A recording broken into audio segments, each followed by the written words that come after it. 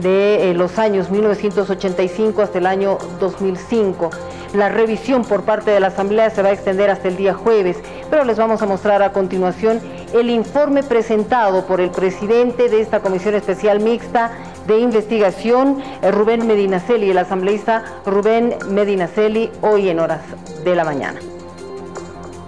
A continuación voy a otorgar la palabra al senador Rubén Medinaceli Ortiz, presidente de la Comisión Especial Mixta de Investigación de la Privatización y Capitalización, a efectos de que pueda hacer una explicación respecto a la primera parte de este informe, porque tal cual inicialmente se ha informado, el día de mañana vamos a continuar, al igual que el jueves, es decir, en estos 3 días vamos a dar lectura y recibir la explicación correspondiente por parte de la Comisión en relación a este trabajo de una profunda investigación de lo que fue el proceso privatizador y de capitalización que se dio entre el del 85 al 2005. En tal sentido, senador Medinaceli, tiene usted la palabra a continuación.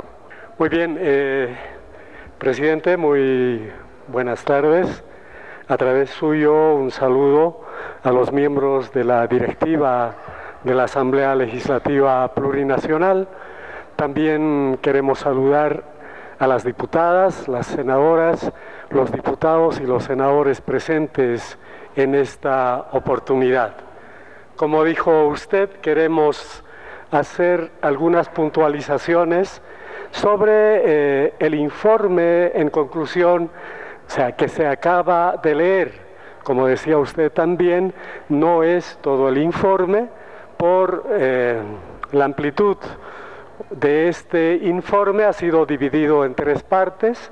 Una primera parte que abarca básicamente a las empresas privatizadas del gobierno nacional y sobre todo departamentales.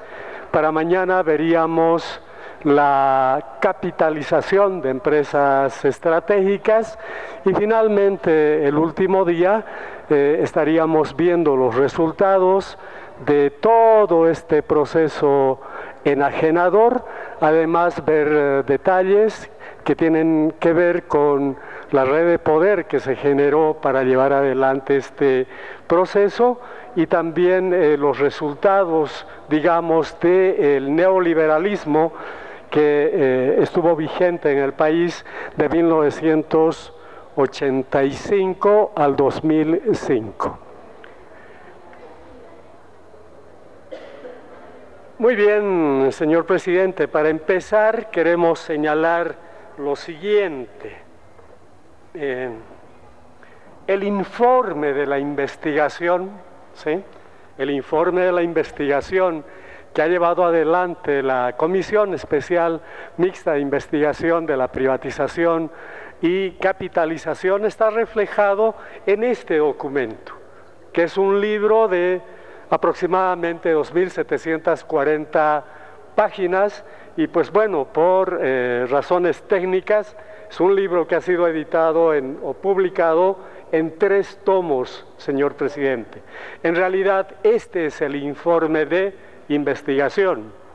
Lo que ha hecho la comisión también es elaborar un libro resumen, ¿sí?, del contenido del trabajo de investigación y está reflejado en este libro que ha sido entregado a todos los asambleístas.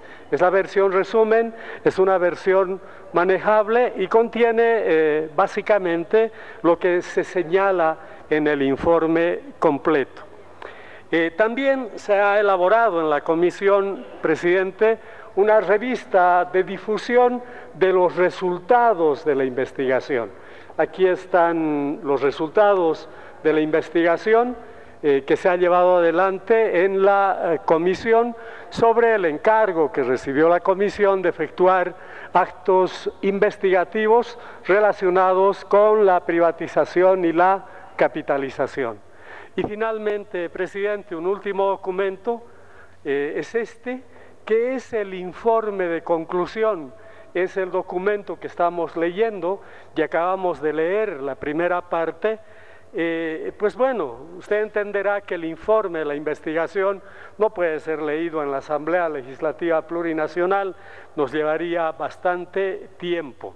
Por eso se ha elaborado este informe en conclusión, que además solicita la resolución que genera esta comisión especial en la actual legislatura. O sea, hay una resolución de febrero del 2015 de esta Asamblea Legislativa Plurinacional que reconforma esta comisión, porque había otra en el periodo legislativo anterior que también trabajó este tema. Eso, presidente, para presentar este informe. Delante aquí de la testera tenemos toda la documentación que ha sido la base, digamos, que ha analizado la Comisión Especial Mixta de Investigación de la Privatización y Capitalización. Están todos los documentos que han tenido que ver con la determinación del perjuicio económico de este proceso enajenador, y también están los documentos que sustentan los análisis jurídicos que se han efectuado sobre cada uno de los casos, que se ha estudiado a fondo en términos de empresas privatizadas y capitalizadas. Esa es la documentación, presidente, pero hay que recalcar, todos los asambleístas tienen esta producción, ¿sí? Pero además, dentro de cada uno de los libros tenemos, o sea, en total 3 DVDs, ¿sí? Esos DVDs incluyen toda esta documentación, o sea que además de tener el informe, o sea, los asambleístas podrán tener a su mano toda la documentación que sustenta el informe de investigación, señor presidente. Muy bien, es importante caracterizar la investigación que ha llevado adelante la Comisión Especial Mixta de Investigación de la Capitalización y de la Privatización. Como decimos aquí en la lámina, en el primer punto, esta es una investigación histórica, inicialmente. Histórica porque analiza eventos que han ocurrido en el pasado, en el periodo de 1985 a 2005. Pero es histórica además porque retrotrae, ¿sí?, esos acontecimientos que han tenido lugar anteriormente al presente, señor presidente. Estamos hablando de un acontecimiento, la enajenación de empresas públicas, que tiene repercusiones hasta el día de hoy, señor presidente.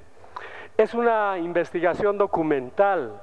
Se han revisado y analizado aproximadamente 1000 documentos, presidente, con un total aproximado de unas 150.000 páginas que están ahí. Se han utilizado lo que en investigación llaman fuentes primarias, ¿sí?, constituidas por licitaciones, contratos, leyes, decretos supremos, resoluciones ministeriales, resoluciones de directorio de las empresas, memorias institucionales, entre otras. Y también en la investigación se ha recurrido a fuentes secundarias que tiene que ver con material bibliográfico, material hemerográfico, publicaciones sobre el tema que han llevado adelante algunos centros de investigación, algunos medios de comunicación, fundaciones, expertos tanto nacionales como extranjeros. También están ahí, se han utilizado documentos que son memorias de talleres que organizó la Comisión Especial con organizaciones sociales, organizaciones académicas y organizaciones de profesionales. También se ha tomado en cuenta, se han abierto unas audiencias públicas con quienes están involucrados, digamos, en este proceso de enajenación de empresas, y pues bueno, ellos han tenido la oportunidad de explicar razones y justificar algunas de sus acciones. Esta investigación también es descriptiva, o sea, detalla toda la información existente sobre las empresas públicas existentes en la medida en que esta documentación ha permitido hacerlo. También es analítica esta investigación, brinda explicaciones, como ustedes han podido escuchar, sobre el contexto económico, político y social vigente en el país a tiempo de llevarse adelante este proceso enajenador. Pero además estima, ¿sí?, y lo hace prudentemente, con documentación fehaciente, el perjuicio económico que ha generado este trabajo de investigación, o sea, este proceso de enajenación de las empresas públicas. Pero además identifica las irregularidades que se han cometido en el proceso enajenador. Por eso decimos que la investigación es analítica. Y esta investigación, presidente, es eminentemente objetiva. El mandato de la Asamblea, como decía hace unos instantes, fue efectuar actos investigativos relacionados con el proceso y establecer la verdad histórica del proceso enajenador. Y lo que ha hecho la Comisión es eso, de manera objetiva, documentada. No hemos partido con hipótesis que intenten, digamos, perseguir algunas personalidades políticas del pasado o personalidades políticas actuales. Presidente, eso sobre el primer punto. Dice también que esta investigación es completa sobre el proceso de enajenación de las empresas de los bolivianos y pone ante los ojos de los bolivianos la dimensión real de lo que significó y aún significa la enajenación de empresas y recursos naturales, presidente. Hasta hoy no existía una investigación completa, digamos así, sobre el proceso enajenador.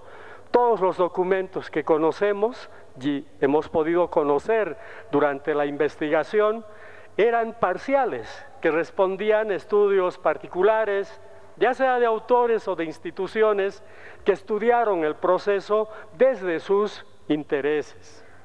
Desde el Estado nunca se investigó la privatización ni la capitalización de manera total, y por estas razones los bolivianos nunca tuvimos ante nuestros ojos la dimensión real, o lo que dicen en el área de las ciencias técnicas, ¿sí?, la magnitud, el valor real de lo que significó este proceso enajenador, señor presidente. Y yo creo que a falta de ese documento es precisamente que en julio del 2013, esta asamblea decidió conformar una comisión especial mixta de investigación de la privatización y la capitalización. Esto ocurrió en el periodo legislativo anterior.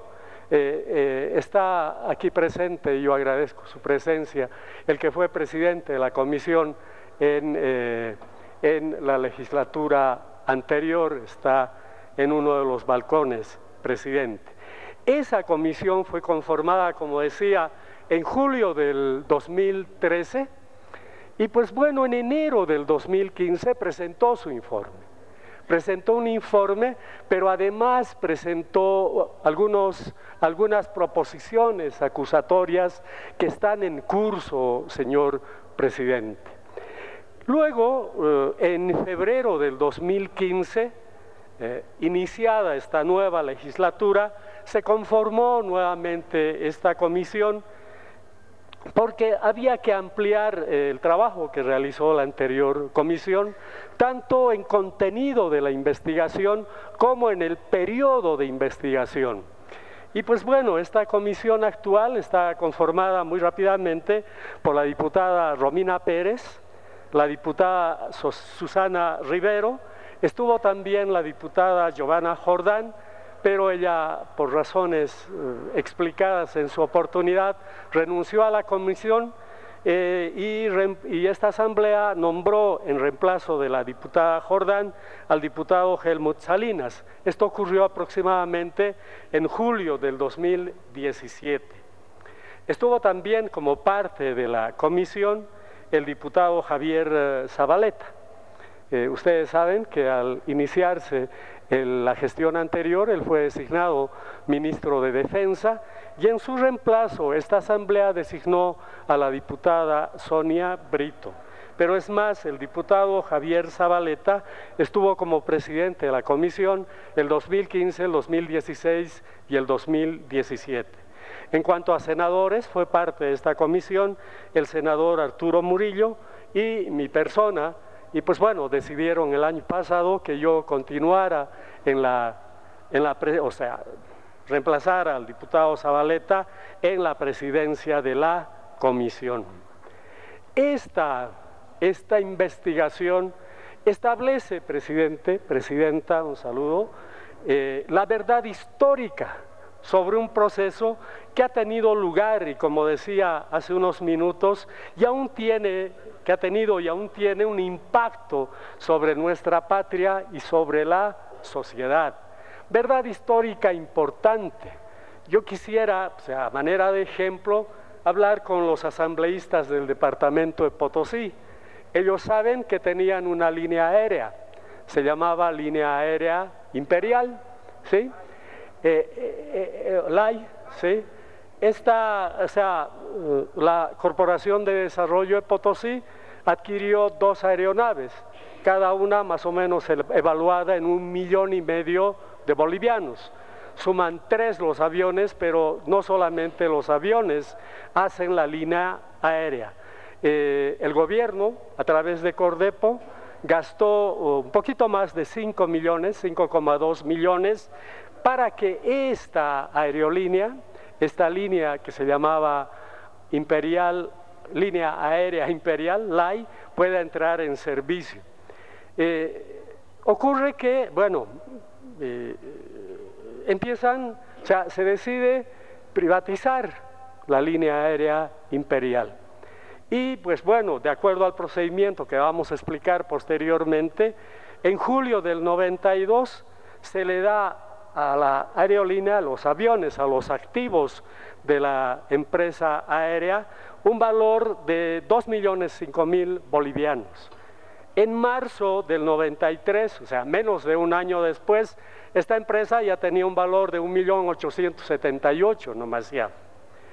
El 95 ya la empresa había bajado de valor, o sea, en términos de los consultores que hacían la evaluación, y bajó a 1.106.632 dólares americanos.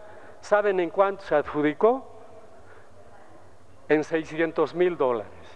¿Entienden? O sea, realmente, sí, o sea, fue algo inexplicable, ¿verdad?, de cómo se obró en aquella oportunidad. Es más, ¿verdad?, por eso decimos que la investigación es histórica. ¿Volverán los potosinos a tener una nueva línea aérea? Ese es el gran problema, ¿verdad? Por eso es que los procesos estos enajenadores tienen repercusiones hasta nuestros días.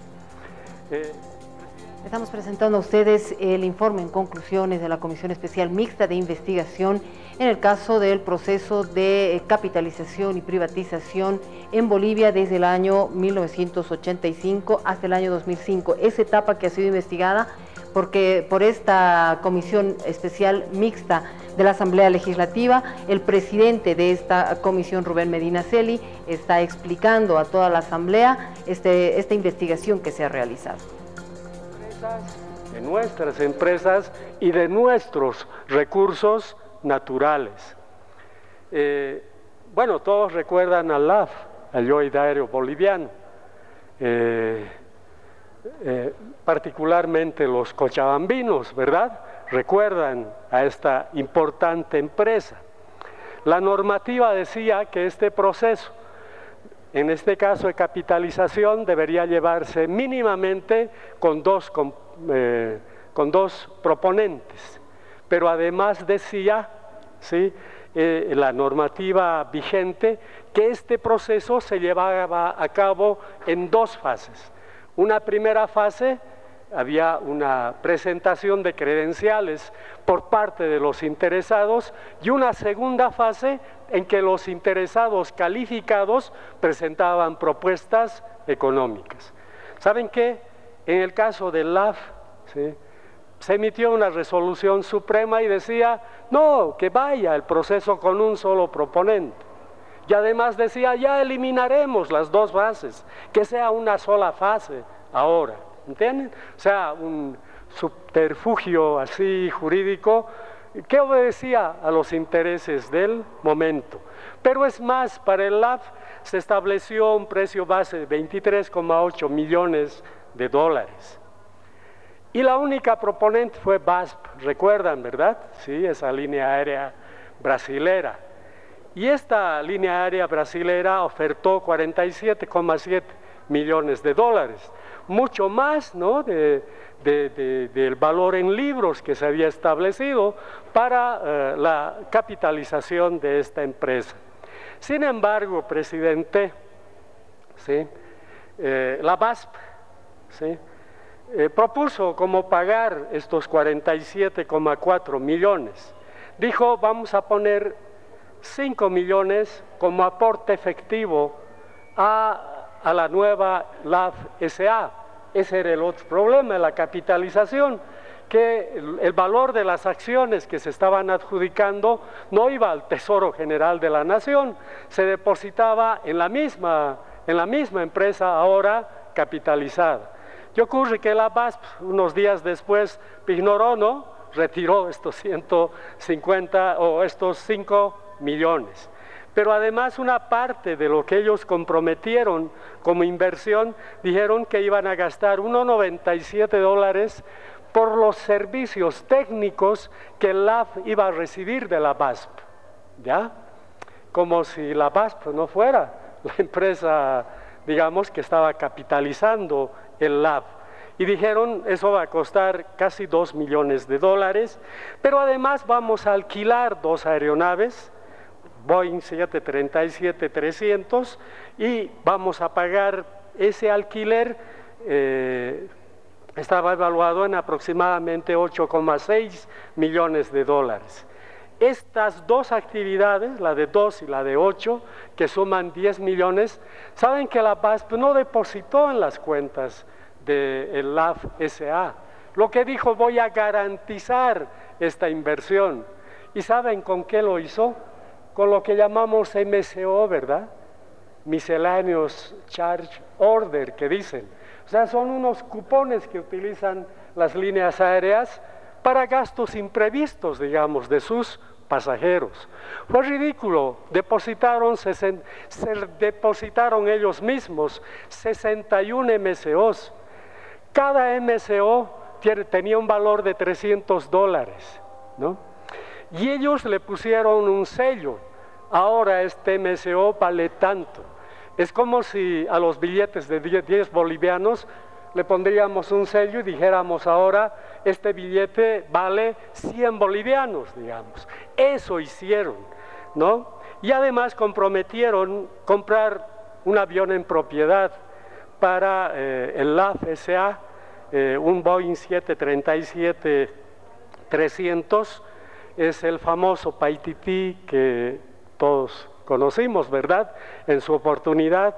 Y bueno, ahora dudamos, ¿no?, que ese avión haya sido comprado por la BASP, por la que estaba capitalizando. Probablemente de esto no tenemos un documento así certero.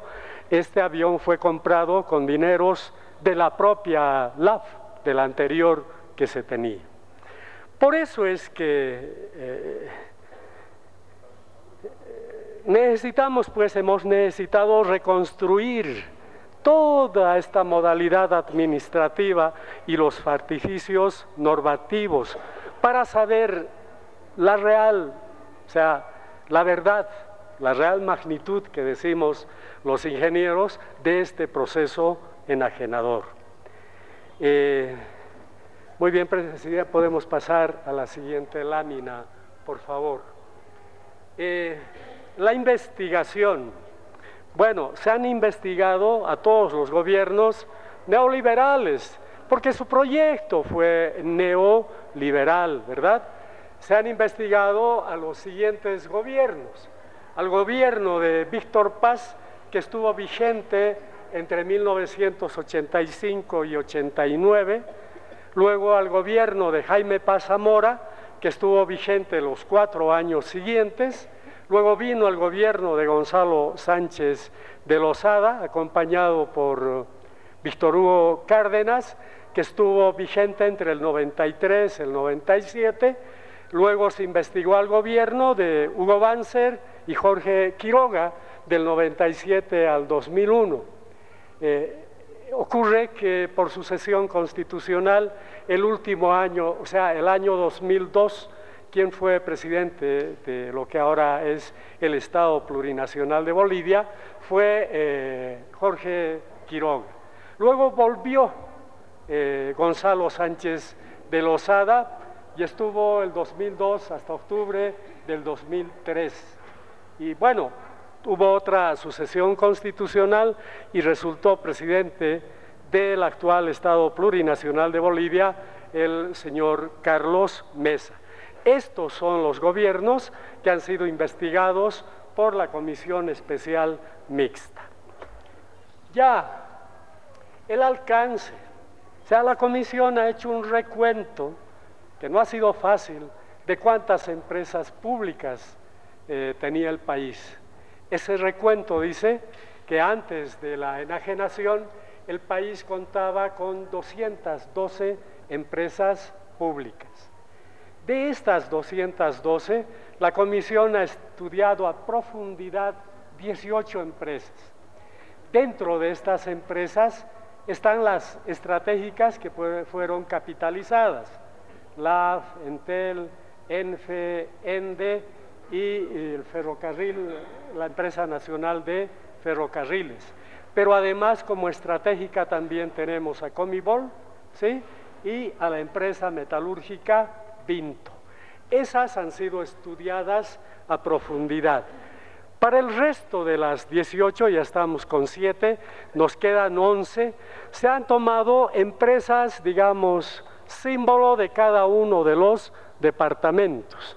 En el caso de Oruro, por ejemplo, en el caso de Oruro se han tomado 2 empresas, lo que se llamaba la terminal de Oruro y el hotel terminal, porque es un solo complejo, digamos, que tenemos en Oruro.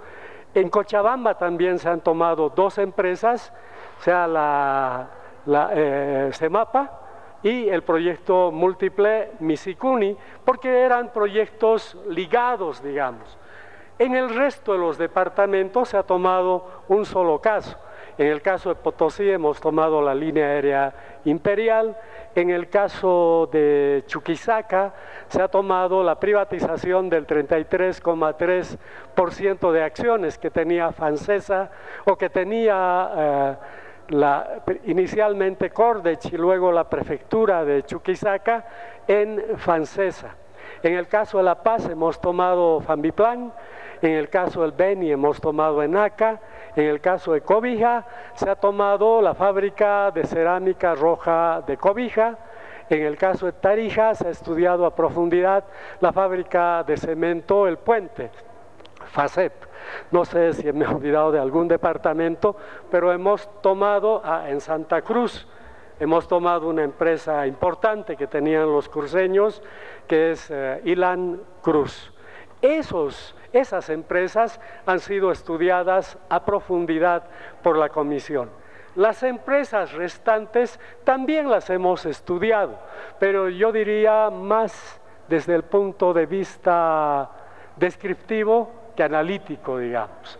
Ese ha sido el alcance de la investigación.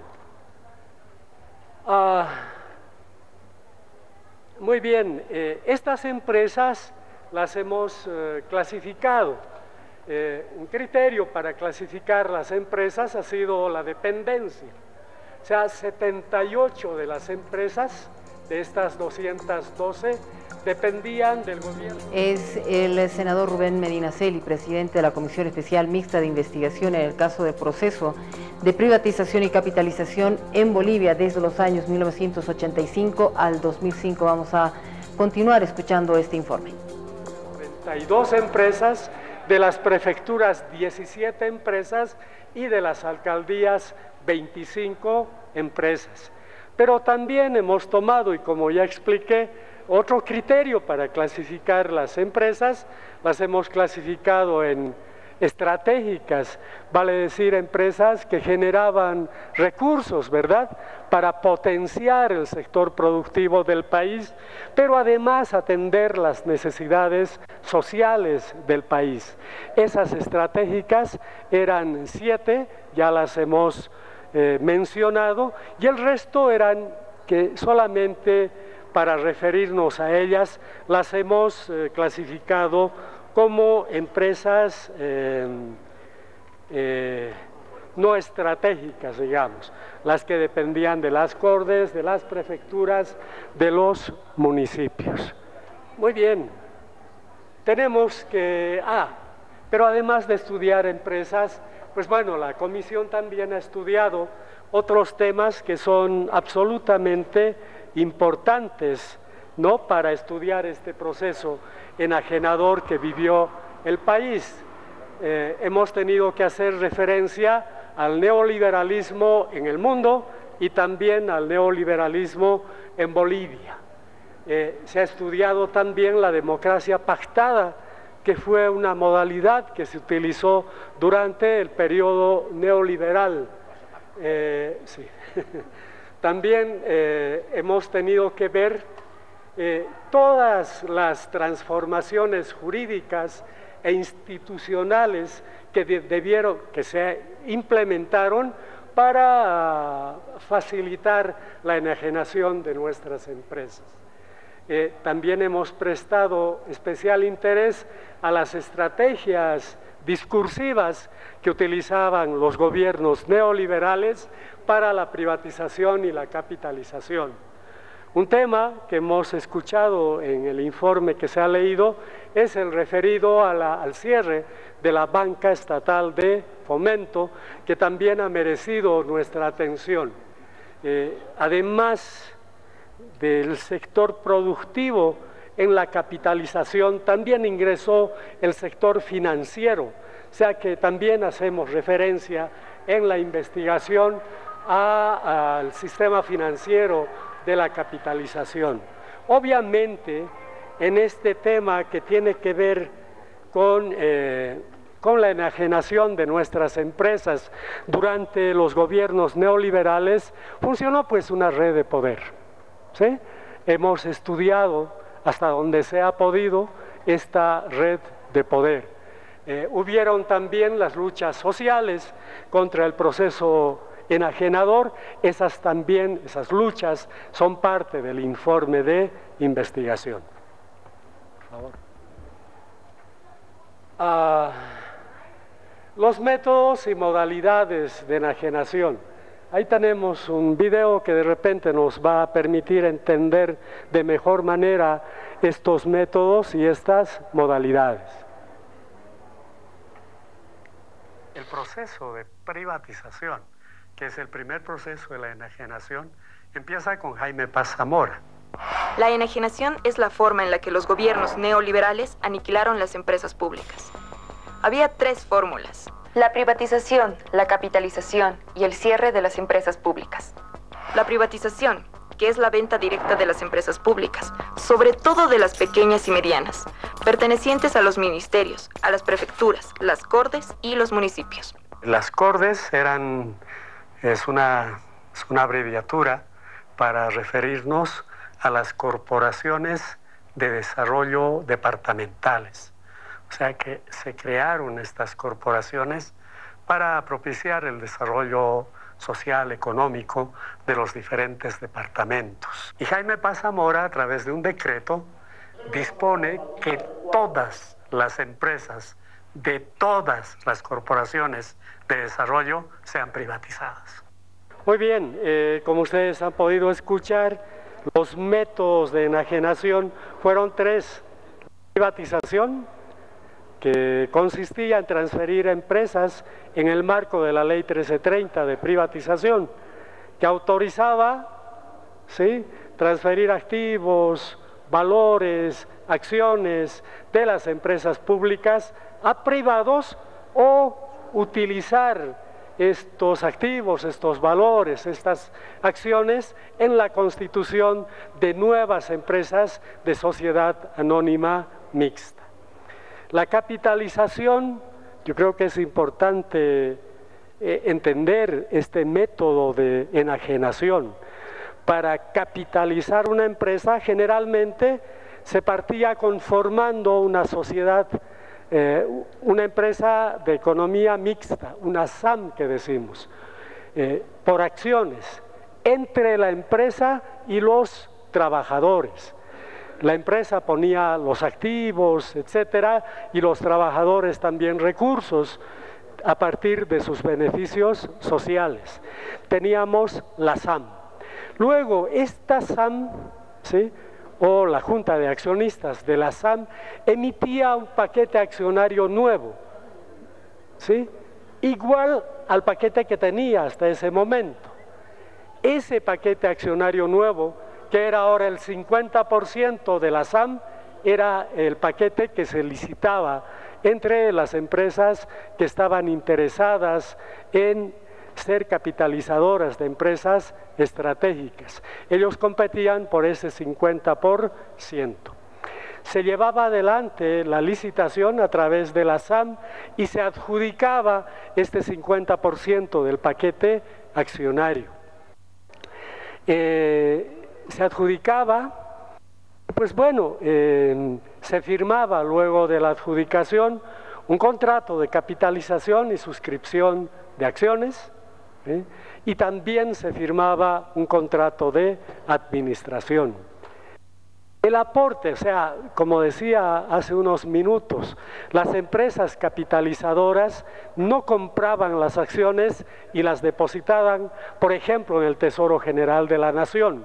No, ellos hacían un compromiso de inversión y para avalar ese compromiso de inversión del 50% depositaban ese dinero en cuentas de la propia empresa capitalizada, ¿ya? Luego, una vez cumplido este pago y una vez, o sea, nosotros éramos teóricamente los bolivianos propietarios del 50% y la empresa capitalizadora del otro 50%.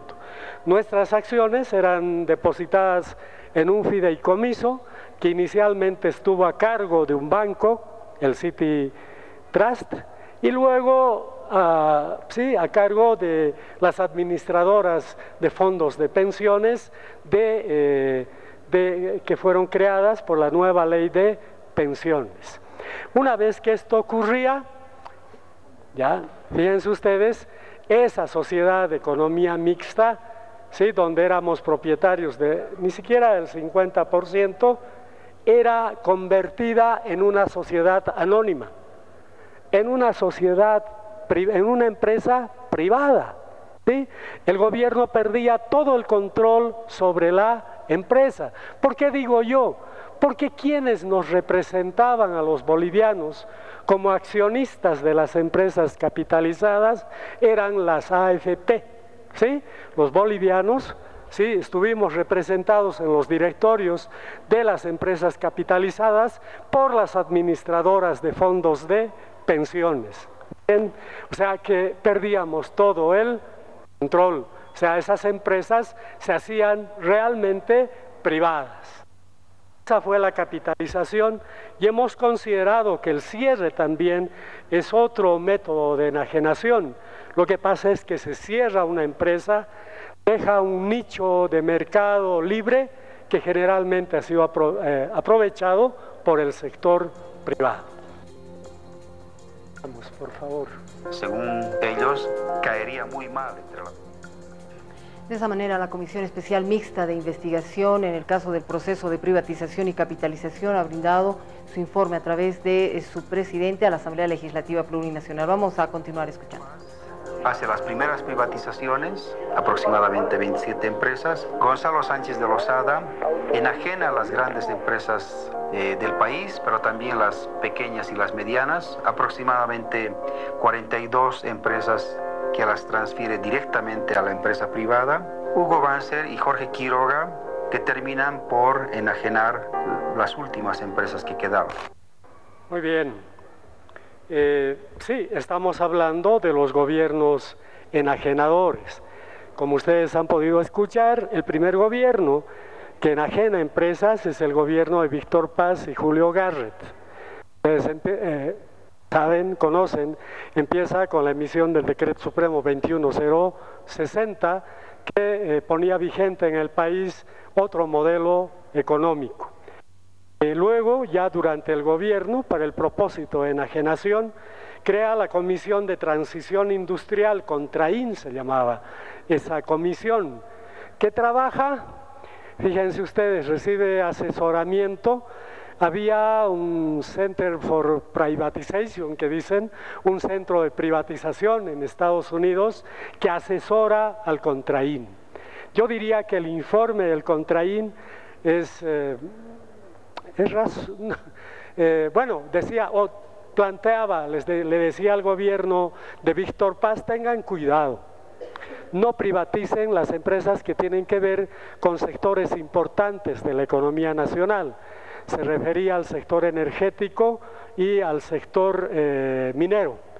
Pero dice, privaticen nomás, pues comunicaciones, privaticen transporte, privaticen, o sea, a través de transporte se refería a privatizar el LAF y privatizar la empresa nacional de ferrocarriles.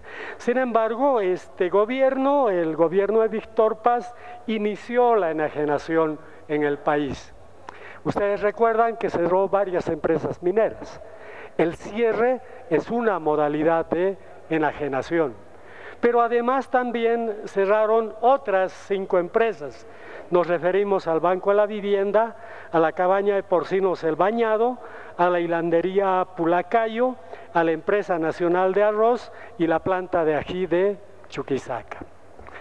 El siguiente gobierno, ¿sí?, es el gobierno de Jaime Paz Zamora y Luis Ocio Sanginés. Durante este gobierno fueron privatizadas 10 empresas del gobierno nacional, 14 de las Cordes y 4 de las prefecturas, o sea, haciendo un total de 28 empresas. Además, se cerraron 15 empresas públicas, tendríamos un total entonces de 43 empresas enajenadas durante este gobierno. Sí, está la anterior.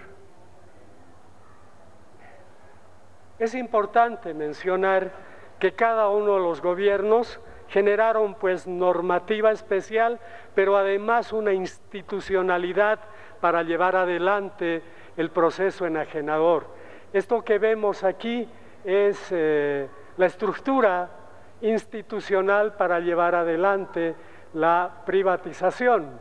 Tenían el Consejo de Economía y Planificación, el CONEPLAN, ¿verdad? ¿Quiénes componían el CONEPLAN? O sea, había un directorio, estaba el Ministerio de Planeamiento y Coordinación, estaba el Ministerio de Finanzas y estaba el Ministerio del Sector al que pertenecía la empresa que se va a enajenar. Este CONEPLAN trabajaba conjuntamente la CEP, que decimos, la Comisión de Evaluación de la Empresa Pública. Ahí había también bueno, disculpen, esta era la conformación del Consejo Nacional de Planificación, pero más o menos los mismos ministerios estaban en la CEP. Estos decidían qué empresas, ¿sí?, y la modalidad de cómo se iban a enajenar estas empresas. Y obviamente tenían brazos operadores. Fíjense ustedes que toda esta estructura estaba en manos del Ministerio de Planeamiento y Coordinación, ¿sí? Ustedes recuerdan, ¿verdad?, al ministro de Planeamiento y Coordinación. Era don Samuel Doria Medina, o sea que durante el gobierno de Jaime Paz Zamora, todo el proceso enajenador estuvo a cargo de Samuel Doria Medina. Muy bien, luego tenemos un listado, esto es solamente para, ustedes tienen en el informe de conclusión, el anexo A hace referencia a las 212 empresas que teníamos y a su dependencia.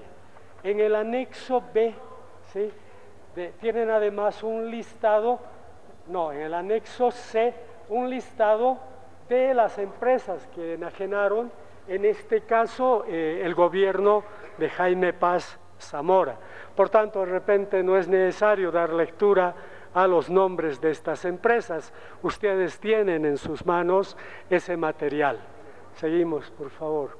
El siguiente gobierno enajenador es el gobierno de Gonzalo Sánchez de Lozada, Víctor Hugo Cárdenas.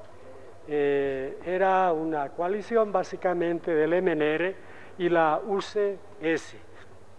En este gobierno, esto es importante, se capitalizaron 5 empresas públicas estratégicas. Como dijimos antes, ENDE, Entel, ENLAF, ENFE y Yacimientos Petrolíferos Fiscales Bolivianos. Se capitalizaron esas empresas a través del procedimiento que hemos descrito. Pero además se privatizaron 37 empresas públicas no estratégicas. De estas, 3 empresas eran del gobierno nacional, 27 de las Cordes, 6 de las prefecturas y 1 de las alcaldías. Además, ya en este gobierno se cerraron otras 5 empresas. Tenemos la siguiente lámina, por favor. Bueno, sí, hay la estructura, ¿verdad? También los neoliberales también aprendieron un poco y empezaron a achicar, digamos, toda esta institucionalidad relacionada con la enajenación de empresas. En el caso del gobierno de Sánchez de Lozada, el CONEPLAN fue reemplazado por el Consejo de Desarrollo Nacional, pero se designó todo un ministerio para llevar adelante este proceso. Se llamaba inicialmente Ministerio sin cartera, responsable de la capitalización. Y todo ese brazo operativo complicado que tenía el gobierno de Jaime Paz se redujo a la Secretaría Nacional de Inversión y Capitalización, que dependía del ministerio, y a la Unidad de Reordenamiento. Seguimos, por favor. Muy bien, estas son las empresas capitalizadas. Aquí hay que hacer una aclaración. Fíjense ustedes que para capitalizar ENDE, ¿sí? Se crearon las SAM, ¿ya? Se crearon 3 SAM, aquí falta uno, la empresa Guaracachi SAM, la empresa Corani SAM y Valle Hermoso SAM, que eran las empresas que generaban energía eléctrica. Y la distribución fue privatizada. O sea, las capitalizadas no fueron enteramente capitalizadas, una parte capitalizadas y las otras fueron privatizadas. Lo mismo ocurrió con ENFE y lo mismo ocurrió con Yacimientos Petrolíferos Fiscales Bolivianos, que explicaremos en detalle el día de mañana. Tanto Entel como el LAF se privatizaron o se capitalizaron en su totalidad. Luego tenemos las empresas, por favor, del gobierno nacional que fueron privatizadas, las empresas prefecturales y la empresa municipal. Pero además la privatización de las empresas de las Cordes. Luego viene el gobierno de Hugo Banzer y Jorge Quiroga. En este gobierno se privatizaron unidades económicas de yacimientos. Ustedes están viendo el informe que presentó la Comisión Especial Mixta de Investigación en el tema de capitalización y privatización en Bolivia, haciendo referencia ya a su presidente, a las etapas, a las épocas y quiénes estaban a cargo del gobierno y del Estado Nacional, qué partidos políticos y qué líderes políticos estaban a cargo de aquello. Vamos a continuar. De suministro de combustible para aviación fueron privatizadas, pero además ellos privatizaron 9 empresas públicas, 5 del gobierno nacional, 3 de las Cordes y 1 de las alcaldías. También cerraron otras 5 empresas. Seguimos, por favor. Esta era la estructura que utilizó el gobierno de Hugo Banzer para llevar adelante el proceso enajenador. O sea, cambió, ¿se acuerdan? Teníamos el Coneplan de Jaime Paz Zamora, luego teníamos la institución esta, CONAPE del gobierno de Gonzalo Sánchez de Lozada. Ahora esa institución se llamaba CODENA, pero hacía exactamente lo mismo. Se eliminó el ministerio sin cartera responsable de capitalización y la actividad de capitalización estuvo a cargo del Ministerio de Comercio Exterior y Privatización. Y se mantuvo la unidad operativa esta que recibía el nombre de Unidad de Reordenamiento, la UR que decían. Seguimos, por favor. Muy bien, aquí hay una lista, sí, la otra refinería era Guillermo Elderbel, ¿verdad? Muy conocida también por nosotros, y están las unidades de YPFB que fueron privatizadas durante este gobierno y el resto de las empresas. En este gobierno hubo sucesión constitucional, ¿sí? El último año de la gestión de este gobierno estuvo a cargo de don Jorge Quiroga. Ahí se siguió con la privatización de unidades de gas natural, de unidades económicas de yacimientos, básicamente plantas engarrafadoras, y se privatizó además el Servicio Nacional de Registro de Comercio, SENAREC, bajo la modalidad de concesión. Pasa el gobierno de Jorge Quiroga y vuelve el gobierno de Gonzalo Sánchez de Lozada, y esta vez acompañado de Carlos Mesa. Lo que hace el nuevo gobierno de Gonzalo Sánchez de Lozada es crear, o sea, una oficina para la revisión y mejoramiento de la capitalización, y pone a cargo de esta oficina a un señor que se llamaba Juan Carlos Virreira. Y Juan Carlos Virreira le dice: presidente, algo está pasando, no tenemos recursos en el TGN, pero sí muchos recursos en las empresas capitalizadas, hay que hacer algo. Y Gonzalo Sánchez de Lozada entiende rápidamente este tema, este problema. No tiene recursos en el Tesoro General de la Nación. Y pues bueno, quisiéramos ver el video relacionado con lo que hizo Gonzalo Sánchez de Lozada ante esta realidad.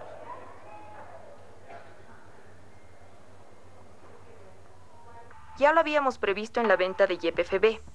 Ese dinero se traduce en hospitales, escuelas, carreteras. Con ese dinero se paga a los maestros, a los médicos y a los policías. ¿Qué pasó cuando esos gobiernos vendieron todas las empresas estatales? El Estado no tuvo un céntimo. El mismo que vendió la capitalización como la forma de salvar a Bolivia, ahora le pedía desesperado a los trabajadores que entendieran su nuevo impuesto. Pero para financiar los fondos de contrapartida que se necesita para desembolsar la ayuda externa, la plata que nos donan, la plata que nos prestan en condiciones concesionales, necesitamos mayores ingresos. Por eso nos vemos obligados a cambiar el impuesto al IVA, el complementario. Si gana 1.000 bolivianos, el impuesto va a ser apenas 15 bolivianos. Si gana 2.000, 140 bolivianos, que es seguro que podemos salir adelante si nos unimos todos y hacemos lo que pueda para que Bolivia supere sus problemas y supere la crisis económica. Muchas gracias por escucharme. Buenas noches. Bien, esto no hay otra cosa, ¿no? más coherente que esta, que el autor de la capitalización reconozca que su proyecto ha fracasado. Y me asombra cuando militantes del MNR siguen ensalzando, digamos, la capitalización de empresas. Si su jefe ha reconocido que fue un fracaso, ¿sí? Fue un fracaso porque se generó un déficit fiscal importante y dice, trabajadores, ayuden pues, ¿sí? Pongan plata de sus sueldos para salvar la economía del país. Ese es el extremo al que llegó la capitalización de empresas estratégicas y la privatización. ¿Del mismo? Ya. Pretenden sacar el gas por Chile a México y a Estados Unidos. Bolivia hopes to be a supplier of liquid natural gas to Baja California, to California. El error más grande fue que Sánchez Losada deje el poder. Él tenía la obligación y nosotros teníamos, y si hay algún delito por el cual a mí me quieren juzgar y condenar, no necesitan hacerlo, yo me declaro culpable. Antes de irse, el GONI sacó dinero del Banco Central de Bolivia y se lo llevó en maletas al huir del país.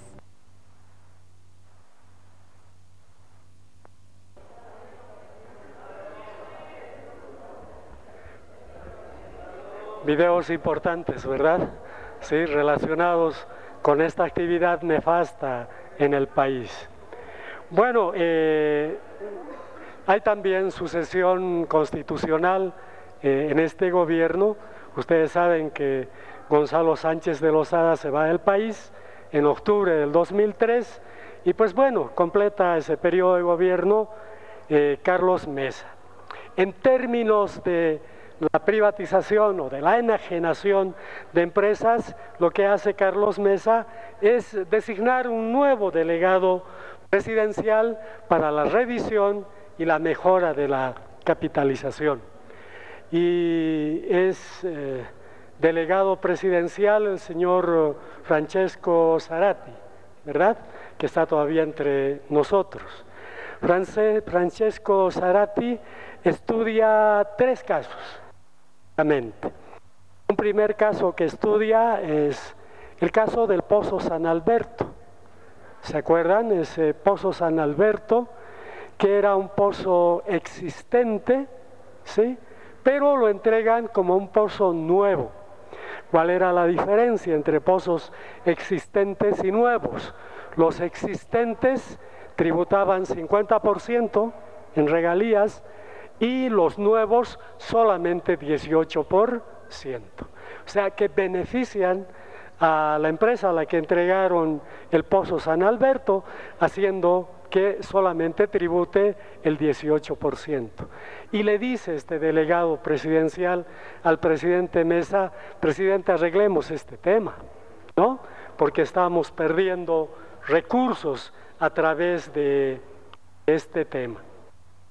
También estudia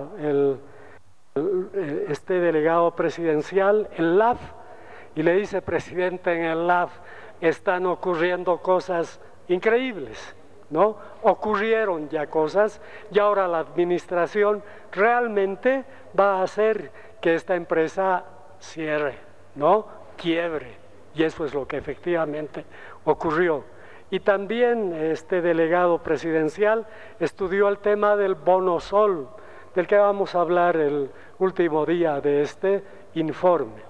Pero Carlos Mesa hace caso omiso de las recomendaciones de su propio delegado presidencial para mejorar un poco la economía del país, y lo que hace Carlos Mesa es lo que podemos observar a continuación.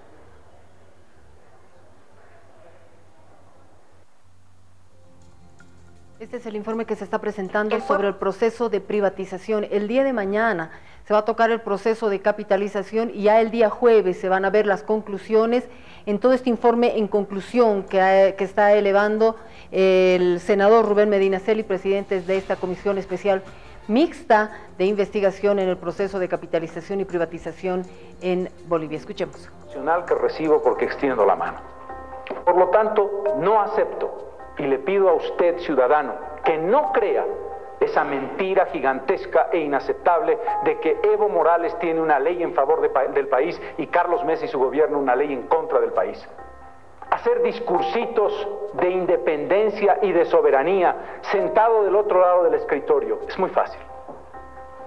Evo Morales, con quien he hablado muchas veces y le he explicado detalladamente esta realidad, tiene mucha facilidad para salir a bloquear Bolivia, porque eso es muy cómodo, honorable Evo Morales. Es muy cómodo bloquear Bolivia. Es muy fácil bloquear Bolivia. Venga usted a gobernar y verá usted lo que es la administración del Estado. Le tembló la mano a la hora de firmar. Al final de todo esto, renuncia. He decidido presentar al país mi renuncia al cargo de presidente constitucional de Bolivia. Es presentar mi renuncia al cargo de presidente de la República. Queda usted posesionado como presidente constitucional de la República. A partir de este momento, a partir de esta fecha, queda nacionalizado todos los hidrocarburos en el territorio nacional.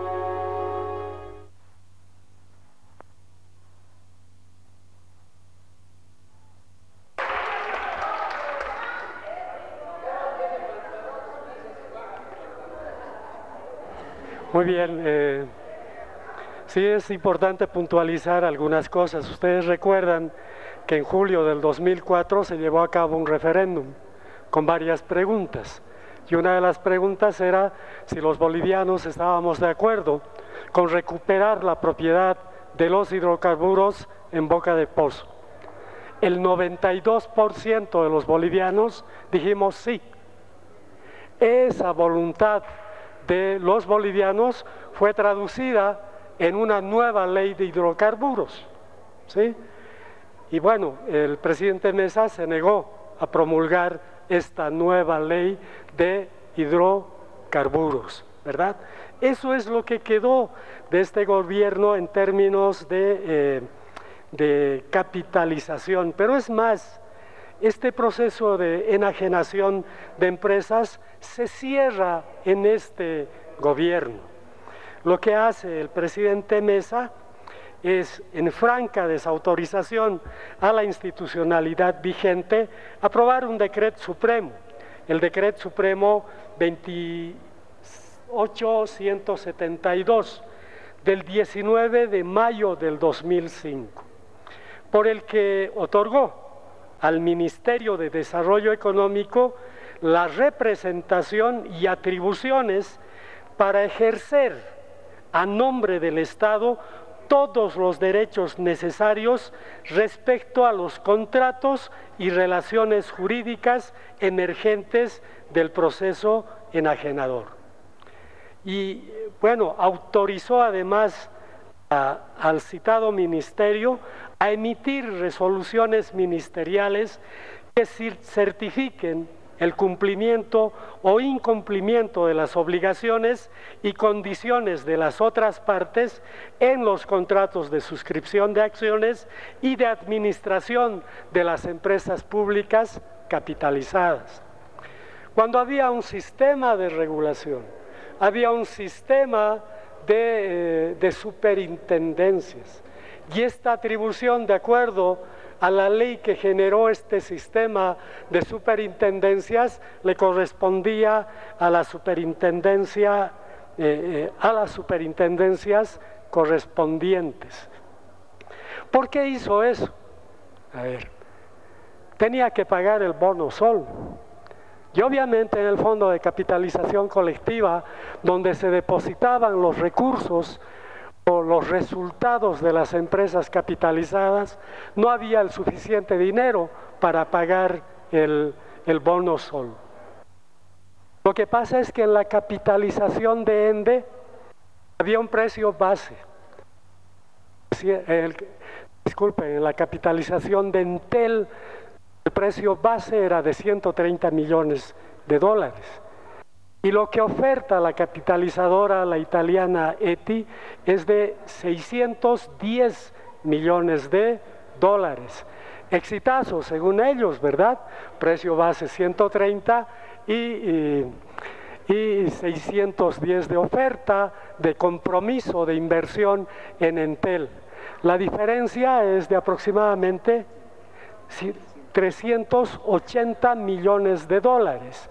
Lo que hacen, o sea, porque hubiera sido bueno, si ETI estaba ofreciendo 610 millones por el 50% de las acciones de Entel, valorizar, ¿verdad?, revalorizar las acciones de los bolivianos a un monto similar, pero no se hace eso. Del aporte del compromiso de inversión que hace ETI, descuentan 130 para la nueva empresa capitalizada y el resto deciden generar una llamada prima de emisión, ¿sí?, destinada también a inversiones para fortalecer Entel. Lo que hace ahora Entel S.A. es depositar ese dinero en bancos del exterior. Y eso permanece prácticamente así. Ese dinero depositado permanece aproximadamente durante 11 años, inamovible. Lo que hace el presidente Mesa a través de este decreto es decirle al Ministerio de Desarrollo Económico que diga que Entel ha cumplido el compromiso de inversión, cuando no era así, ¿ya? Y hace que Entel S.A. ese dinero que estaba depositado en bancos del exterior sea distribuido entre los accionistas de Entel S.A., entre ellos el Estado boliviano. Y obviamente de ahí salió el dinero para pagar el bono sol correspondiente. Bien, seguiremos en la siguiente lámina. Es una síntesis de las empresas, de las 212 empresas que han sido enajenadas por las modalidades, como señala, 157 empresas. Han quedado no enajenadas 55. Muchas de ellas han tenido continuidad institucional y otras han sido traspasadas a otras instituciones públicas. Ustedes saben, ¿no?, lo que pasa con la transferencia de una empresa pública a otra empresa pública. Se desmantela, pues. En Oruro teníamos el hotel prefectural, no lograron privatizar este hotel y se traspasó a la antes prefectura, y bueno, ese hotel ahora son oficinas de la gobernación.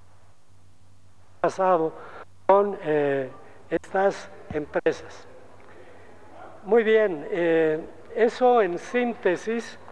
Ahora sí, después de todo este marco, podemos pasar a la privatización de empresas públicas.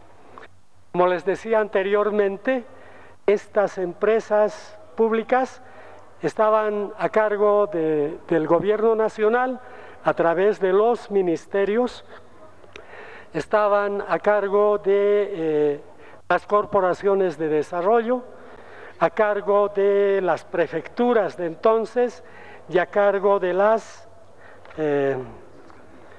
alcaldías municipales.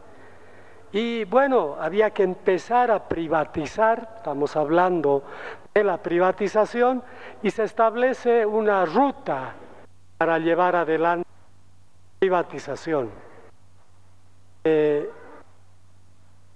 lo primero que se hacía era contratar consultoras. Como vamos a ver más adelante, se contrataba consultoras extranjeras, carísimas. ¿Cuál era el objeto de contratar estas consultoras? Que determinen el valor de mercado de las empresas que se iban a privatizar y además diseñen una estrategia para la privatización de la empresa. La estrategia era básicamente decir si la empresa se privatizaba vía licitación, vía subasta pública o a través de la bolsa de valores. El periodo investigado por esta Comisión Especial Mixta de investigación en el proceso de capitalización y privatización en Bolivia es desde el año 1985 hasta el año 2005. Se está revisando ahora la ruta de la privatización y de qué manera se ha manejado todo este trabajo en ese periodo de años. Vamos a continuar. Y había que subvaluarlas, ¿verdad?, para que hayan interesados en la compra de estas empresas. Se subvaluaba de diferente manera. Por ejemplo, no se tomaban en cuenta en las evaluaciones que se realizaban los activos intangibles, los derechos, las concesiones, las licencias. Para una empresa, la marca, por ejemplo, es importante. En Oruro tenemos la empresa metalúrgica Vinto y tiene una marca ENAF, ¿sí?, un sello así de calidad. Probablemente esa marca cuesta más que la propia empresa, ¿verdad? Porque esa marca significaba muchísimo, pero no se tomaba en cuenta la marca. Y luego otra modalidad, otro mecanismo que utilizaban ellos para subvaluar era recomendar el cierre de una empresa en marcha. Obviamente una empresa en marcha cuesta más pues que una empresa cerrada, ¿verdad? ¿Sí? Privatizar o vender una empresa en marcha es más caro. Se la cierra y la empresa es vendida solamente como activos, ¿bien?, a precios de regalo. Ese era el otro mecanismo que utilizaban para subvaluar las empresas. Esta consultora, como les decía, recomendaba, determinaba el valor de mercado de la empresa, pero además una estrategia. Esa estrategia contenía la modalidad, el precio base, pero además un pliego de condiciones. Era aprobado dependiendo del gobierno por el CONEPLAN, el CODENA o el CONATE.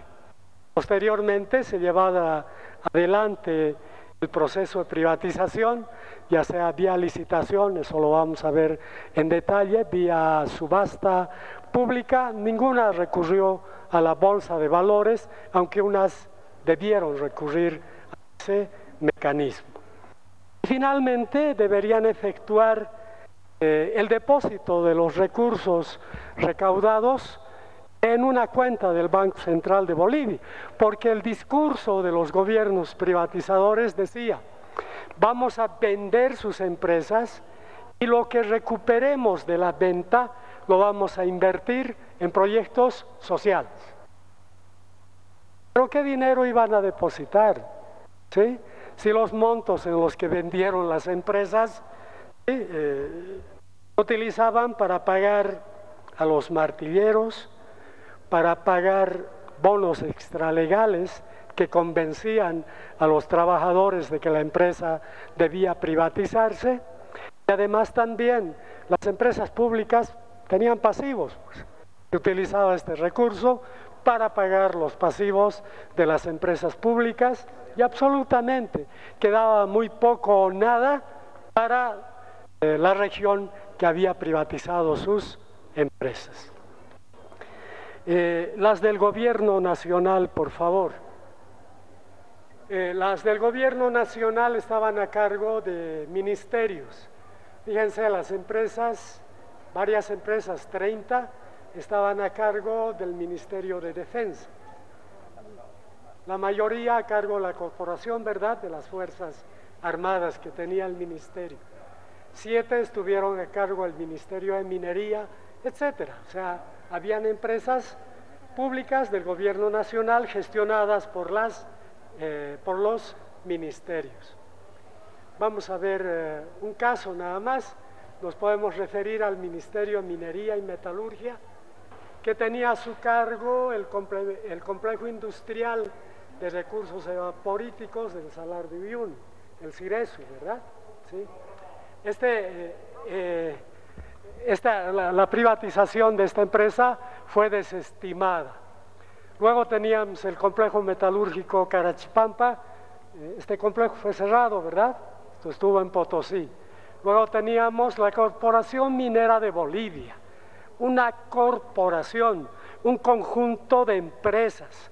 ¿Sí? Cuando hablamos de la privatización, preferimos decir no de Comibol, porque Comibol como corporación no fue privatizada. Sí fueron privatizadas las empresas de Comibol, y fueron privatizadas básicamente a través de contratos de riesgo compartido y contratos de arrendamiento. También tenemos la empresa metalúrgica Vinto, que dependía o gestionaba este ministerio, el Fondo Nacional de Exploración Minera, el FONEM, y también el Instituto de Investigaciones Metalúrgicas que funcionaba en Oruro. Son como ejemplo. Ustedes en el informe de conclusión que tienen, en el anexo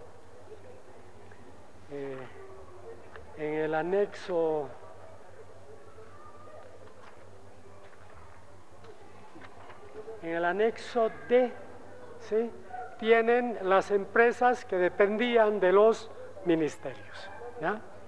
Muy bien, seguimos, por favor.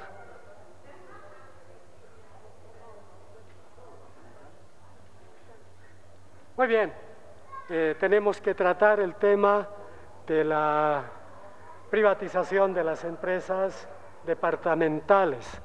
Vamos a empezar, probablemente no hay tiempo para ver todos los departamentos, vamos a ver algunos de los departamentos. El resto de los departamentos también tienen ustedes en el informe de conclusión y obviamente en el informe de investigación. Empecemos por el departamento de Pando, ¿no? Pasaremos esta lámina. De Pando. En Pando teníamos 9 empresas públicas, 8 dependían de Cordepando y una dependía de la alcaldía de Cobija. ¿Seguimos? Estas eran las empresas de Pando. Este es un detalle de la empresa, del año de su fundación, de la dependencia de la empresa, ¿sí?, de la ubicación donde estaba ubicada la empresa, en qué área, producción o servicios, trabajaba la empresa, en qué sector, ¿no?, de la economía, y bueno, cuál fue su situación después del proceso enajenador, pero además en el caso de privatización o la venta de la empresa, se detalla a quienes fueron beneficiados con esta venta de empresas. ¿Seguimos? Luego hemos hecho una estimación del perjuicio económico causado al departamento, en este caso de Pando, con la privatización de las empresas. En el caso de Pando, ese perjuicio alcanza casi a $300,000, dólares de entonces, que ahora serían un poco más de $600,000. Seguimos, por favor. Y hemos estudiado un caso particular de las empresas de Pando. Dijimos, hemos estudiado a profundidad algunas empresas. En el caso de Pando, hemos estudiado la fábrica de cerámica roja, FCRC. Esta fábrica se empieza a instalar en 1977 y el costo de la instalación de esta empresa alcanzó a $1.356.000. La fábrica entra en operación en 1981. Yo creo que todos entendemos el objetivo de haber creado esta empresa, ¿verdad? Era mejorar las condiciones de vivienda en Cobija, que eran bastante precarias. O sea, una creación, en mi criterio, acertada de una empresa en Cobija. Seguimos. De esta manera, el presidente de la Comisión Especial Mixta de Investigación en el proceso de capitalización y privatización en Bolivia, el senador Rubén Medinaceli, está brindando el informe a toda la Asamblea Legislativa Plurinacional, haciendo referencia ahora a las empresas que han sido privatizadas y capitalizadas en el periodo 1985-2005. Son más de 200 empresas que han sido investigadas. Vamos a escuchar. Que deberían ser privatizadas. La privatización de la fábrica de cerámica roja estaba en este decreto. El 3 de julio del 91 se suscribe un convenio entre esta CEP, que decimos, de la estructura de privatización de Jaime Paz, y Cordepando, para que esta instancia asesore a Cordepando a privatizar sus empresas. El 28 de febrero de 1992 se contrata una consultora. En este caso la consultora era la empresa Adaro, una empresa española, dijimos, ¿no? En ruta que se contrataban empresas extranjeras para llevar adelante el proceso de privatización. Y esta empresa dice que el valor de los activos de la fábrica de cerámica roja alcanzaba a 237.738 y recomendó que se venda a través de una licitación. Pero además dijo, sí, como se hablaba del valor de mercado para la privatización, el valor mínimo para privatizar esta empresa es de $140.000 y el máximo es de $180.000. El 24 de abril de 1992 se aprueba la ley 1330, ¿verdad?, que daba curso a la privatización de empresas. Seguimos, por favor. El 10 de noviembre hay una resolución de la CEP, de la Comisión de Enajenación de Empresas Privadas, firmada por los ministros Samuel Doria Medina y Jorge Quiroga, entre otros, que aprueban la venta de activos de la fábrica de cerámica roja Cobija. El 1 de diciembre, la CEP emite una resolución que dice, o sea, ahora modificando la modalidad de privatización de una licitación pública a una subasta pública. Luego, aquí ocurre lo extraño, ¿no? La comentaremos a tiempo de ver, o sea, esta extrañez la comentaremos a tiempo de ver el perjuicio económico. Se subasta y se adjudica en $110.000 a la consultora latinoamericana monto. Bueno, el 10 de febrero se firma el contrato de compraventa entre Cordepando y la empresa adjudicataria. Este es el perjuicio económico, este es el cuadro en el que queremos hacer énfasis. Recuerdan que el costo de implementar la fábrica fue de $1.356.000, ¿ya? Eso lo dijo además la consultora Adaro.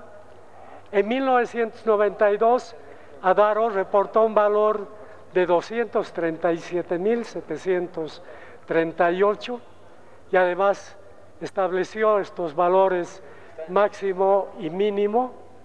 Y bueno, hay una solicitud del Coneplan y le dicen al consultor, sí, pero necesitamos bajar, ¿sí?, este precio. ¿Cómo hacemos? ¿No? Y se inventan una figura, dicen, ya, vamos a transferir la fábrica de cerámica roja, ¿sí? Inventan una figura que se llama para uso alternativo.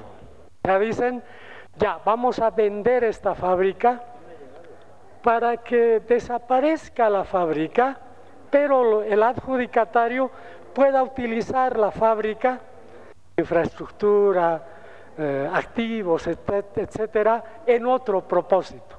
Ese es el mecanismo que nos va a permitir bajar el precio a $110.100 y adjudican en ese precio, ¿no? Obviamente aquí se presentan algunas irregularidades, ese es el daño, ¿sí?, a la empresa o a, digamos en este caso, al departamento o al Estado por la venta de esta empresa, Cerámica Roja. Gracias. Seguimos. Muy bien, en este proceso hay pues irregularidades, ¿verdad? ¿Sí? La valoración de una empresa en marcha, ¿sí?, que hubiera sido interesante de repente venderla como empresa en marcha, pero bueno, se la vende como activos para un uso alternativo. Yo creo que claramente esta es una irregularidad complicada, ¿verdad?, para subvaluar esta empresa que tenían los pandinos. Seguimos. Sí, vamos a hablar también de Santa Cruz, de las empresas de Santa Cruz. En Santa Cruz habían 13 empresas dependientes de Cordecruz y 5 empresas que dependían de la alcaldía municipal de Santa Cruz. Una de Santa Cruz de la Sierra, de la ciudad 4, y una de la alcaldía de Montero, ¿no? Bien, seguimos. Este es el detalle de las empresas, lo mismo: nombre, año de fundación, dependencia, ubicación, el área en el que trabajaba la empresa, el sector de la economía y cómo quedó la empresa luego del proceso enajenador y quiénes se beneficiaron con estas empresas. Seguimos, se completan las 18 empresas y aquí tenemos una tablita del perjuicio económico al departamento de Santa Cruz con la privatización de sus empresas, que alcanzaba 8,7 millones aproximadamente de dólares de entonces. Seguimos, por favor. El caso que hemos escogido en el caso de Santa Cruz de la privatización de empresas es el caso que corresponde a Ilan Cruz. Ilan Cruz fue inaugurada el 24 de septiembre de 1980, fue constituida como una sociedad de economía mixta, una SAM. De acuerdo a la composición accionaria, el mayor accionista era Cordecruz, que tenía el 99,71% de las acciones, o sea, casi todo. El resto, pues bueno, el resto de las acciones tenían los productores de algodón, los trabajadores de la misma empresa. El proceso, el 14, bueno, también en este decreto, el famoso decreto 22836, que emitió Jaime Paz Zamora, también Ilan Cruz aparece como una empresa a ser privatizada. Se firma el mismo convenio de asistencia técnica entre Cordecruz y la SEP. Luego se contrata a un consultor, esta vez se contrata a Coopers, o sea, era un consorcio, Coopers & Lybrand, Harteneck, López y Chemonix, ¿verdad?, para evaluar los activos de Ilan Cruz y recomendar una estrategia de privatización. La consultora recomienda la venta de Ilan Cruz como una empresa en marcha y le da un valor base que alcanzaba a $13.400.000. Tenemos la ley que autoriza la privatización. Luego hay una huelga de los trabajadores de Ilan Cruz que inviabilizó su privatización. Seguimos. Y bueno, viene el año 93, en octubre se cierra Ilan Cruz, ¿sí? O sea, se cierra, ¿sí? Para no venderla como fábrica en marcha, la cierran, para venderla como activo solamente. Y obviamente los trabajadores reclaman, pero se les paga. 17 horas con 55 minutos, les estamos presentando el informe brindado por la Comisión Especial Mixta de Investigación en el proceso de capitalización y privatización en Bolivia.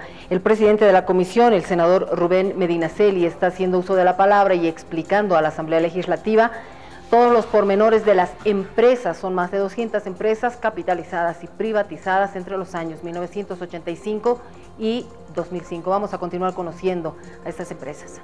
Evaluación, y esa nueva evaluación alcanza a $7.133.000. En noviembre, el 24, se lanza la primera licitación para la venta de activos de Ilan Cruz, y esta es declarada desierta. Aquí hay que aclarar, ¿verdad? Era una SAM, y de acuerdo al Código de Comercio, bueno, lo que se hace con las sociedades de economía mixta cuando se quiere cerrarlas o venderlas es designar una comisión de liquidación. Y aquí esta primera convocatoria está a cargo de la comisión de liquidación. Luego se publica una segunda convocatoria y también es declarada desierta. Y bueno, finalmente hay una tercera convocatoria. Ya, esta fecha es coincidente con la creación de una empresa que se llamaba Santa Mónica Trading Cotton, a cargo del señor Raúl Garafulik y sus hijos. El 14 de agosto del 96 se hace una enmienda a la tercera licitación, ¿no? Y se dice, ya no va a estar a cargo de la comisión de liquidación. O sea, un hecho totalmente irregular, y dice va a estar a cargo del ministerio a través de la unidad de reordenamiento. Y se procede de esa manera. Es la unidad la que opera la privatización de Ilan Cruz. Se adjudica a esta empresa que había sido creada por los Garafulik en $4.005.000.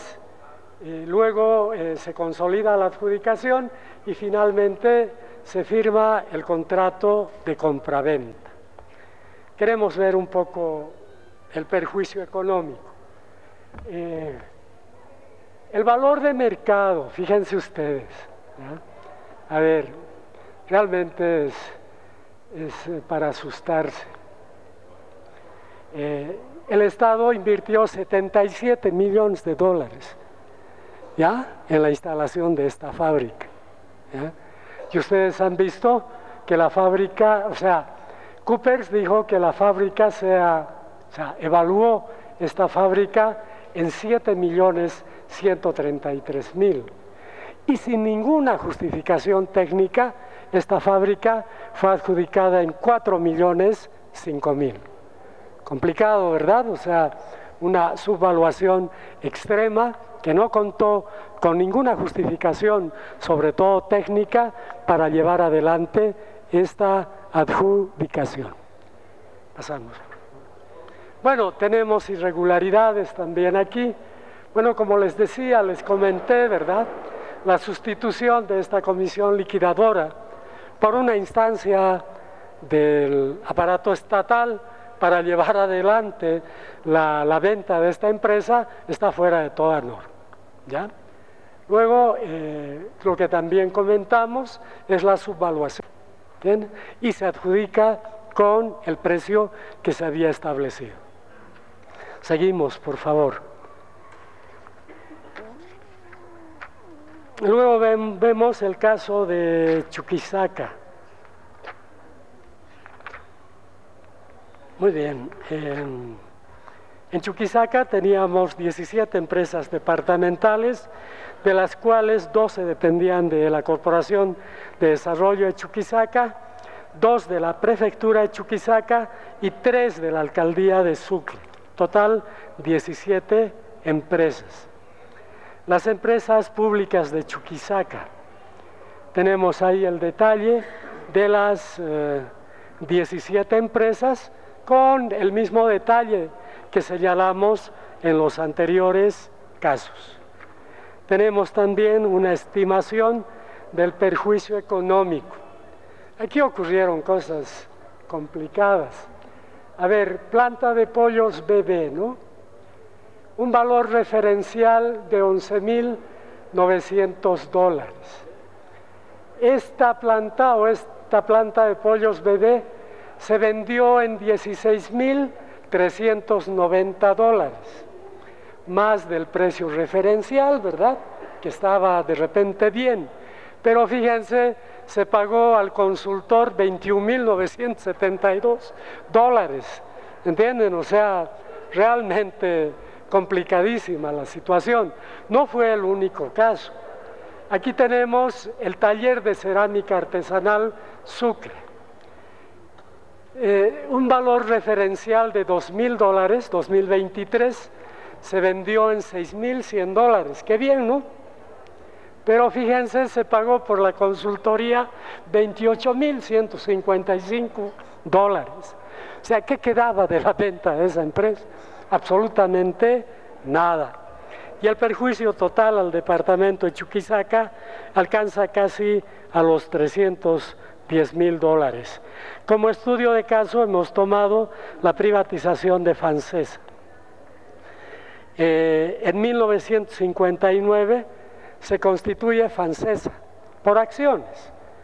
Sí, la Corporación Boliviana de Fomento tenía el 33,34% de las acciones, la Alcaldía de Sucre el otro tercio de las acciones y la Universidad Mayor Real y Pontificia San Francisco Javier de Chuquisaca el otro 33%. El proceso de privatización, también Fancesa o las acciones de la prefectura en Fancesa también están en el Decreto Supremo 22836 como acciones a ser privatizadas. La CEP, este es otro hecho interesante, realmente complicadísimo. Miren, se emitió este decreto el año 91, ¿verdad? Por Jaime Paz, ¿ya? Y estaba en esta lista, o sea, esta empresa debió ser privatizada. El gobierno de Jaime Paz, don Samuel Doria Medina, ministro de Planeamiento, ¿cómo se llamaba? Y Coordinación, el ministerio encargado de la privatización, y el ministro decide postergar la privatización de las acciones de Fancesa. Claro, él tenía interés pues en esas acciones. Como ministro no las podía adjudicar o adquirir. Lo que hace es postergar esta privatización hasta cuando él deja de ser ministro. Lo mismo hizo con la fábrica de cemento El Puente de Tarija. Y bueno, se posterga y en 1998 se retoma, ya estamos en el gobierno de Hugo Banzer, se retoma la privatización de las acciones de Fancesa y se contrata a una consultora, al Deutsche Bank AG, Pan American Securities S.A., para asesorar en la privatización de estas acciones. El 20 de mayo el ministerio, ahora ya estamos en el gobierno de Hugo Banzer, la privatización está a cargo del Ministerio de Comercio Exterior e Inversión, aprueba la privatización de las acciones de la prefectura. Y se aprueba que se haga mediante licitación pública, ¿ya? En el proceso de la licitación, pues bueno, el pliego de especificaciones tiene 9 enmiendas y 6 circulares, ¿ya? O sea, las enmiendas cambian la licitación, ¿verdad? Y también las circulares. O sea, se utilizaba ese mecanismo, ¿sí?, para acomodar la licitación a intereses de algunas empresas. Por eso es que cuando yo escucho en este ambiente hablar de la licitación como algo supremo, algo que no admite corrupción, etcétera, que dicen, bueno, yo digo, la corrupción no está en la modalidad de contratación, la corrupción está en las personas que operan dentro de la modalidad. Si es licitación, igual se pueden modificar las cosas como ocurrió en este caso. O si es contratación directa, no es la modalidad la corrupta, ¿sí? La corrupción está en las personas. Ocurre eso. Saben que iba a ser exitosa en los términos de ellos esta privatización.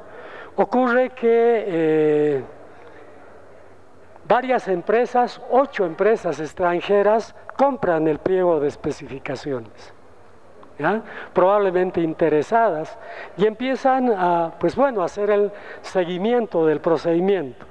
Pero notan que a través de estas enmiendas y circulares se estaban distorsionando las condiciones para la venta de estas acciones. Y en concreto hay una empresa interesada que se llamaba Lafargue de Francia, y le escribe una carta al MSI y dice, básicamente no nos vamos a presentar porque esto está siendo manipulado. Y continúa el proceso de privatización. El 6 de septiembre del 99. 18:06. De esta manera ustedes están viendo el informe que ha presentado ante la Asamblea Legislativa Plurinacional la Comisión Especial Mixta de Investigación en el caso de privatización y capitalización en nuestro país en los periodos de 1985 hasta el 2005. Continuamos escuchando, por favor. La comisión calificadora hace conocer sobre la anulación, y este hecho le molesta al señor Doria Medina. Hace una conferencia de prensa y dice, no puede ser, yo he ofrecido 26 millones de dólares por estas acciones. Al día siguiente se aprueba un nuevo decreto y dice, vamos a continuar con el proceso. Sí, pero esta vez ya no va a ser licitación, va a ser subasta pública. Y el precio de esta subasta va a ser 26 millones de dólares. El precio que había anunciado el señor Doria Medina el día antes por las acciones de esta empresa.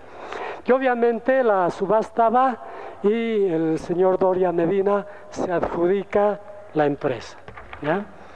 Muy bien, luego tenemos una estimación del perjuicio económico ocasionado con esta privatización. Tienen ahí el perjuicio económico y obviamente tenemos las irregularidades que llamamos relevantes. Estas irregularidades han sido detectadas en base a los análisis jurídicos que se han hecho en la comisión en cada caso estudiado a profundidad.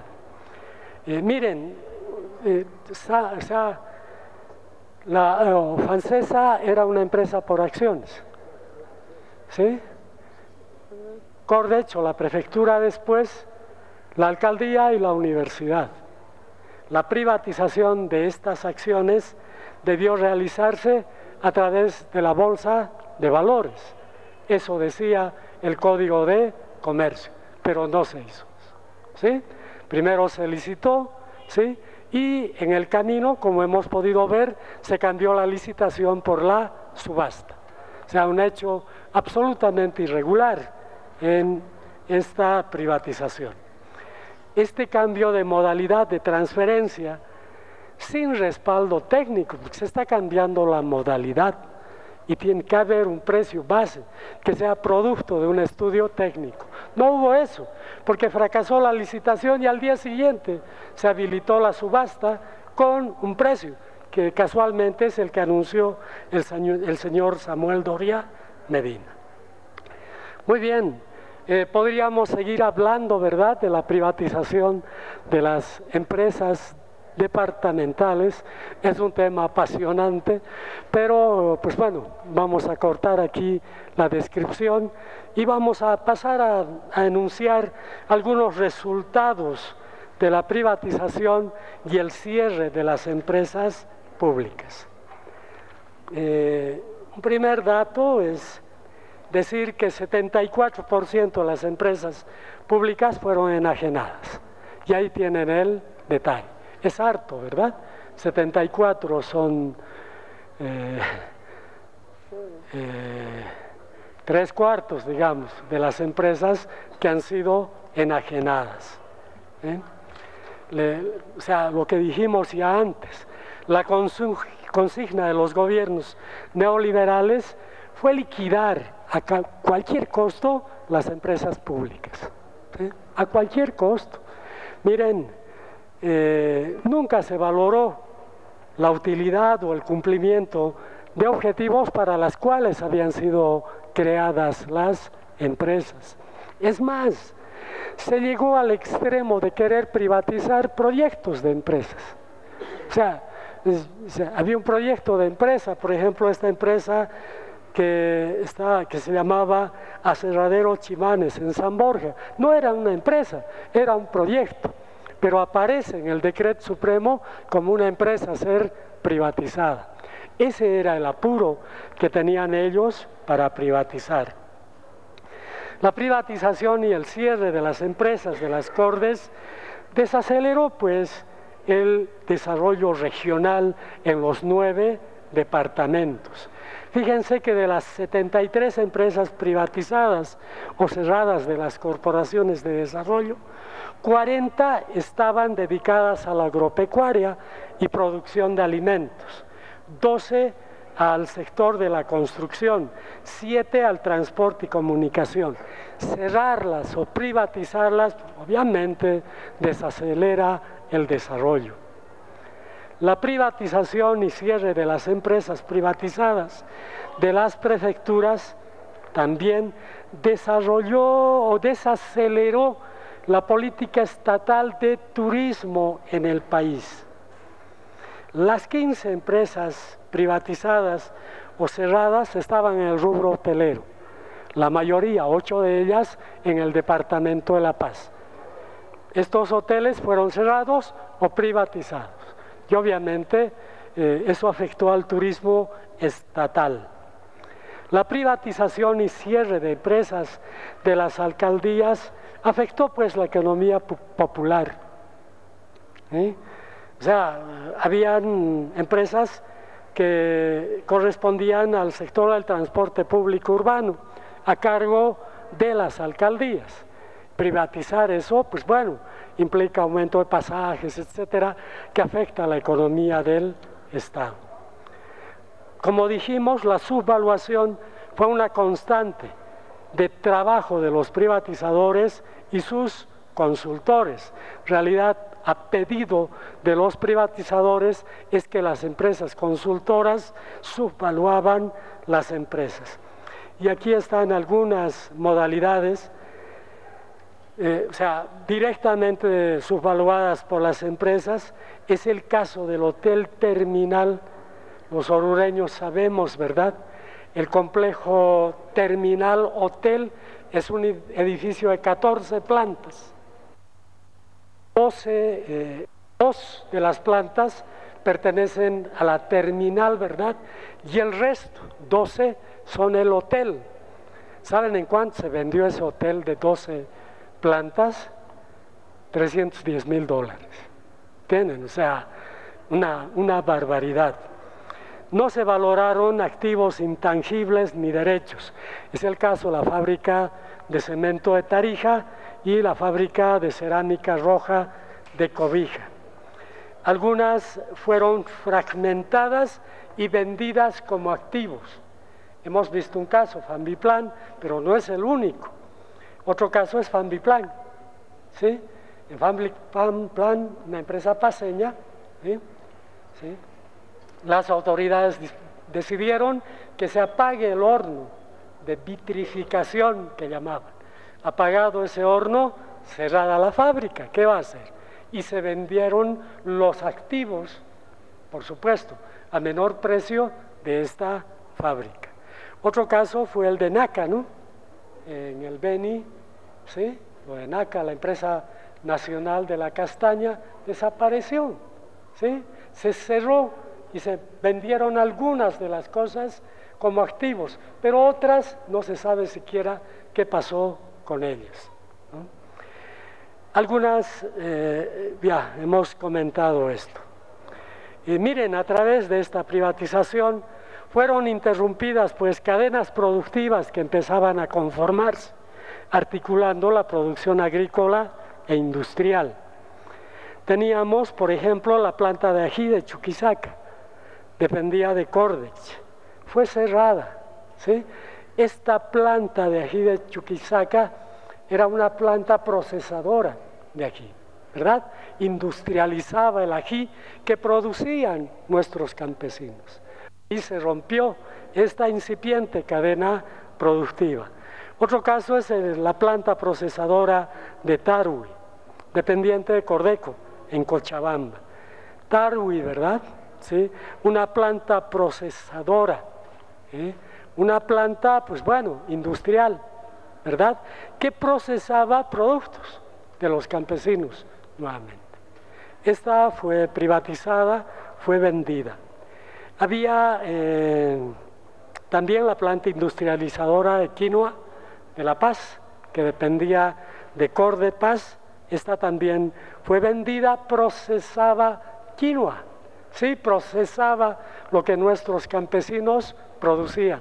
Se cortó nuevamente la cadena productiva.